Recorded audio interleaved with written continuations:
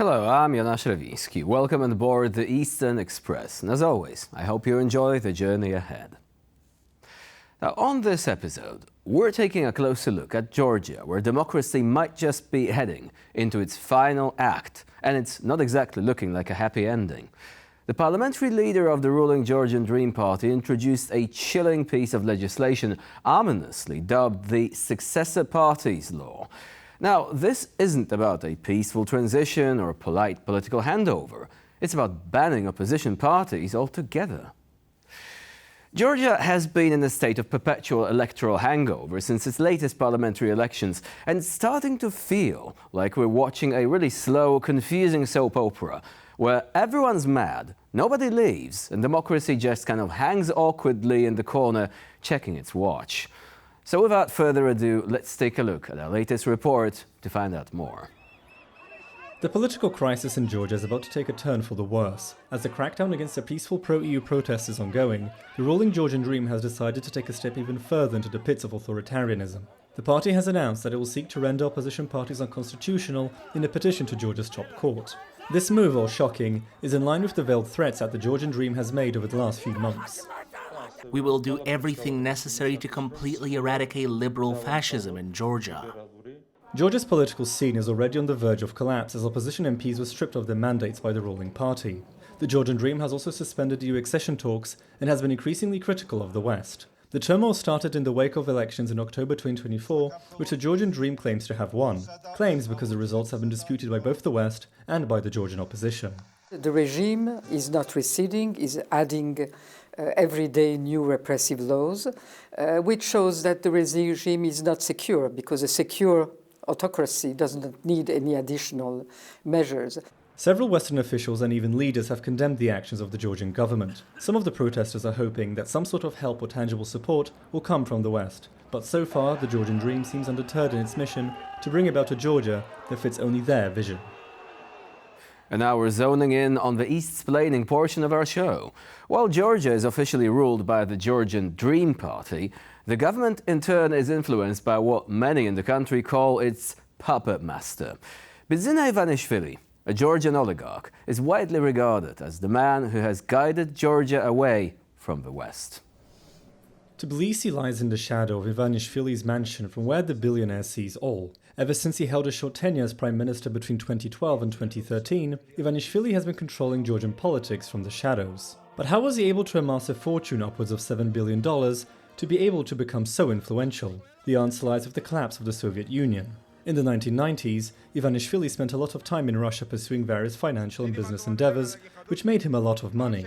This includes interactions with banks, telecom and metal extraction companies.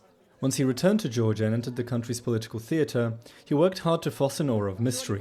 While he mostly kept to himself for over a decade, he made a return to public life alongside the Georgian Dream's victory in the recent disputed elections. His comeback escalated the party's more pro-Russian and anti-Western rhetoric, and it seems that he is increasingly inclined to take more of a leading role in Georgia's political life going forward. And now it's time to take a look at the issue in greater detail. So, let's begin. Now, for those who have been too preoccupied with other regions of the globe, the ruling Georgian Dream party secured yet another election victory last October amid widespread allegations of interference and vote rigging. To these allegations, the government responded with a very convincing "Who? Us?" Now, coming back to this proposed law, it targets political groups labeled as hostile, or in other words, anyone who opposes the Georgian Dream party. The ruling party specifically set its sights on the United National Movement and its allied groups, branding them anti-Georgian, anti-constitutional, anti-national, and criminal.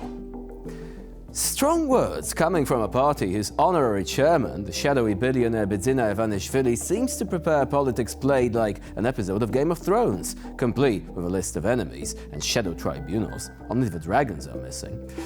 Now, calling your opponents criminals and anti-national isn't new in politics. What's different here is the terrifying clarity and ruthlessness behind these actions. Georgian Dream isn't just talking. They've already set wheels in motion, petitioning the Constitutional Court to outlaw the UNM and related opposition parties entirely. Imagine elections where the main opposition is conveniently illegal. That's not a democracy, that is a rigged game with only one possible winner. And the timing couldn't be more strategic or cynical. You see, the Georgian Dream Party has recently been drumming up historical grudges through a parliamentary commission investigating the opposition's supposed anti-state actions. The Georgian Dream is rewriting history by blaming opposition leaders for everything, from economic downturns to the Russian invasion of 2008. They are blaming their political rivals for the actions of Vladimir Putin, because in their eyes, even historical facts are, well, negotiable. The prosecutor's office is already chasing opposition leaders, threatening jail time simply for refusing to cooperate with what they deem a political witch hunt.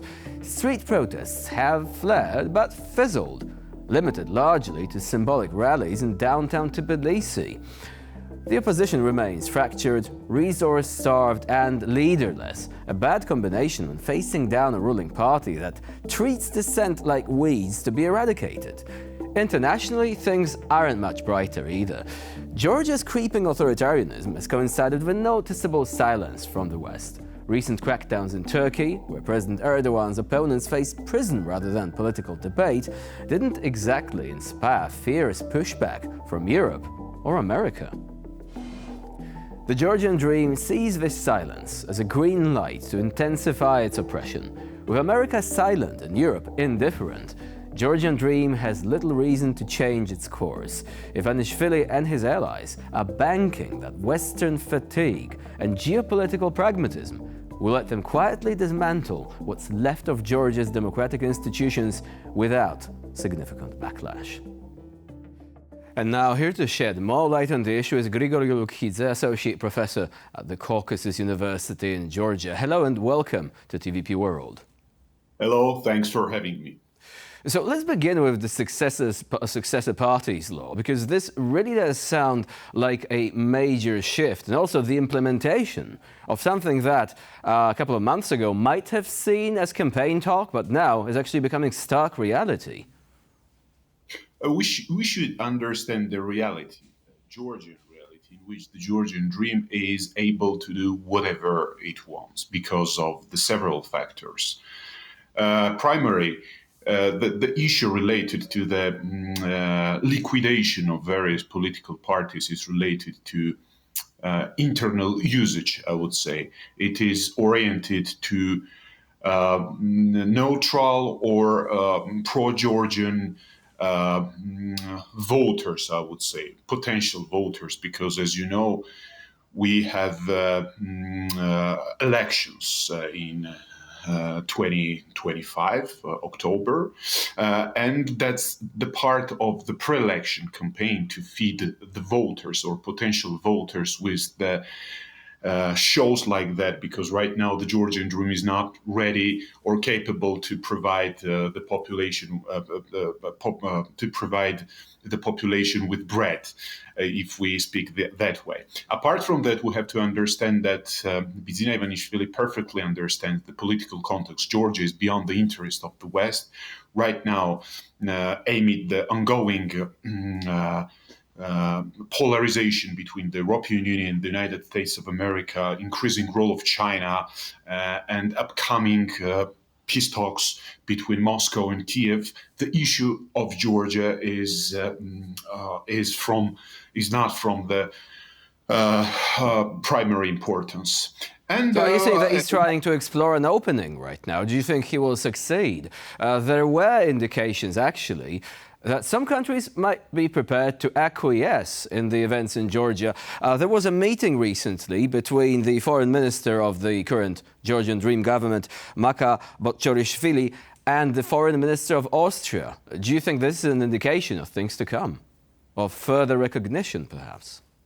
Well, if we speak about recognition, I would say it is a bit exaggerated, because Austria or several EU member states are not ready to to, let's say, change the shift in to the direction of Georgia, because generally Brussels is responsible, the European Union is responsible for the definition of the policy towards Tbilisi. But one thing is clear, that various member states are able to launch some kind of communications, but it does not necessarily mean that the Georgian Dream has a full legitimation from the European Union. Could it be a creeping kind of progress that they're trying to make? Like, this country recognizes them now in this context, and this just moves on? Because it was observed that before that, there was recognition coming from Hungary, for example, countries that are going against the grain in the European Union. But Austria is actually a step up. Well, if we speak about Austria, we can say that this is one of the most infiltrated countries in terms of Russian intelligence services. But that's another issue. The topic is that nobody in Georgia has an illusion, at least those rational ones, that the European Union is one political actor, entity that acts accordingly. Unfortunately, we have different reality. But still, the general picture does not change. The Georgian Dream is the ruling party of Georgia, semi-recognized by several EU member states, China, authoritarian powers, and that's the problem for them, because they fail to reach, let's say, new agreements to show to the Georgian society that it is recognized and respected within international law, and that's problem for them, especially if we speak about the long run. But at the same time, they don't feel a great discomfort because of this political situation, because they launch new relations and new contacts with the United Arab Emirates, Turkey, China. Russia is expanding its influences, and it will be very difficult to remove these influences and leverage, even in case of the election, which is potentially right now is impossible to imagine, potentially pro-Western, pro-EU political party. And that's why the political crisis deepens in this country, and it's going to be worse in the near future.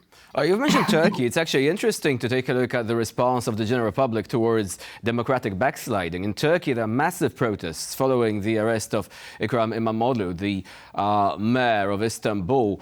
But with Georgia, even though the backsliding is quite apparent, the protests apparently are limited to mostly downtown Tbilisi. Do you think this is actually the biggest problem there, that the government is, they can see that they can introduce piece of legislation like that, hinder the activities of the opposition, and essentially suffer no major backlash at home? Well, this is the age of uncertainty, and the Georgian Dream understands that quite well, that they can do everything they want without any consequences, because there is no opposition, there is no tangible impact of the third sector, the population is depleted, exhausted because of this mass violation of red lines. And it was a marvelous psychological and information operations conducted by the Georgian Dream, most likely with consultation and thanks to the meritocratic support of the Russian intelligence services, because the Georgian society is exhausted. Apart from the topic of the war, and we talk about the traumatized society which experienced 3 wars against Russia over the past 3 decades. And right now, this issue of war, if there is a change in the political elite, there will be war, plays a crucial role in terrorizing the society, so-called critical mass. And another issue is the dissemination of hopelessness, that the mass desperation in the Georgian political life, because we saw mass demonstrations without the participation of opposition parties.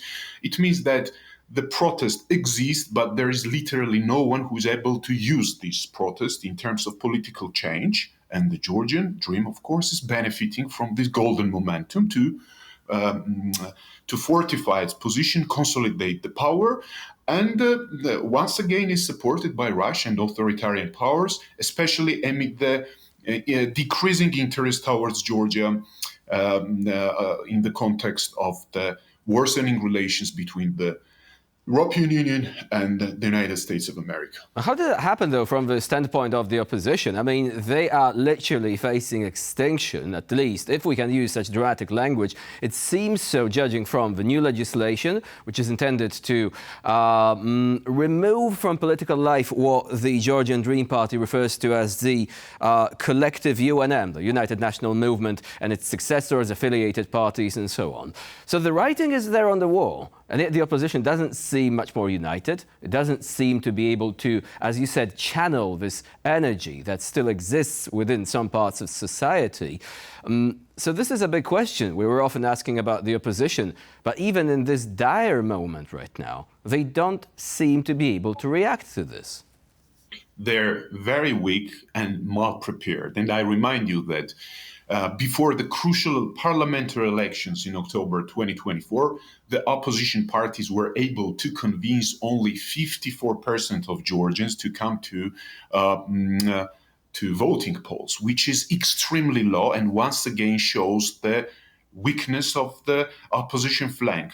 Yes, maybe they understand the reality, but understanding and action are absolutely different things. And that's the dramatic picture. But right now, Bidzina Ivanishvili is creating so-called opposition because he predicted and he declared even before the elections that the society will be exhausted, that the topic of war will terrorize them. And then it will be the turn for the creation of a new opposition, totally controlled by the Georgian Dream. And right now he's doing that and replacing these opposition forces, still weak, but still, and replacing them with another option, which I more or less understand who might this new opposition party be. Controlled by the Georgian Dream. How is it going to work? Is it going to work the same way that it works in Russia, that you have the communists, you have the so-called liberals, founded by Zhirinovsky, now deceased, but, I mean, this is a party that continues this sort of way of thinking. But all these parties are there. They will never openly challenge the ruling party. Are you predicting the same thing to happen? And if so, who is going to be the main actors in this, in these arrangements that you're saying that the government is planning? This charade that they are planning to introduce to the political scene? Is planning and is already executing. Yes, that's the same modus operandi as in Russia, as in Belarus, but of course there will be slight differences because Georgia will never become Russia or Belarus. And the only thing that right now gives me a hope, it is the dynamics of international politics, because the current state of affairs show that even the most unpredictable scenarios might come true. And the same might happen in Georgia. Right now, this round is won by Russia and the Georgian Dream, but it does not mean necessarily that in 3-4 years we'll have the same reality. Yes, Bidzina Ivanishvili is executing, has wishful thinking, but it does not necessarily mean that all his dreams will come true because of the complexity of the international relations and the politics, especially in the Southern Caucasus. That's why I would say that until now, the Georgian Dream is winning, but there is a small space for the optimism for the new future. Grigory Lukhidze was our guest today here on TVP World. Thank you very much for joining us and for sharing your insight. And now we're moving on to Eastern News Flash, a series of all the other stories from the East that you really don't want to miss. Russia is amassing troops along the 1,000-kilometer-long front line in eastern Ukraine. The Ukrainian defense is bracing itself for a harsh spring offensive, according to military analysts. The Associated Press says that Russia is possibly preparing a new offensive aimed at strengthening its position at the negotiating table. Ukrainian sources have also pointed to Moscow developing ammunition stockpiles along the entire front line and sending additional troops to several different areas.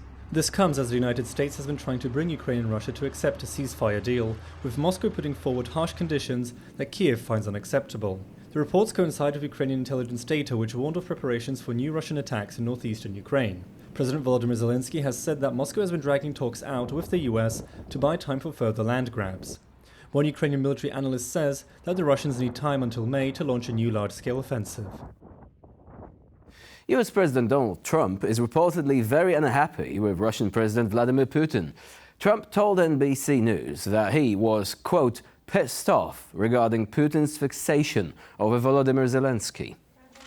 New reports indicate that the negotiations to bring about an end to the war in Ukraine are not going as well as Washington may have wanted. In a call with NBC News, the US president said that Putin's most recent demand for a transitional government that would replace Zelensky points to peace talks not going in the right direction.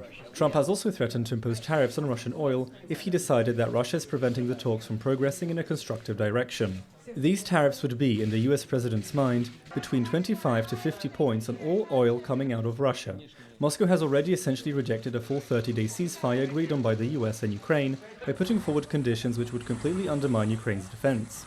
Russia has also been stepping up attacks against Ukraine, including a renewed focus on strikes against civilian targets and infrastructure.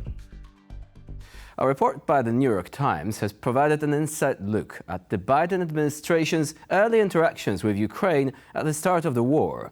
The report suggests that the US administration at the time was surprised and concerned about Ukraine sinking the Moskva warship in 2022. The vessel was the flagship of the Russian Black Sea Fleet.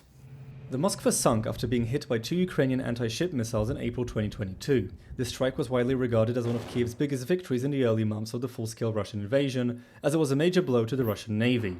The United States was apparently taken aback by the attack because it wasn't informed in advance by the Ukrainian side. The strike took place while American and Ukrainian Navy officials were taking part in an intelligence-sharing call. The US also reportedly was not aware that Ukraine possessed the weapons necessary to carry out such a strike successfully. What's more, the Biden administration wasn't too keen on the idea of Kiev striking down a symbol of Russian power in fears of escalation into a wider confrontation with Moscow. And for this episode of Eastern Express, it's the end of the line. Please stay with us here on TVP World for more latest news and updates.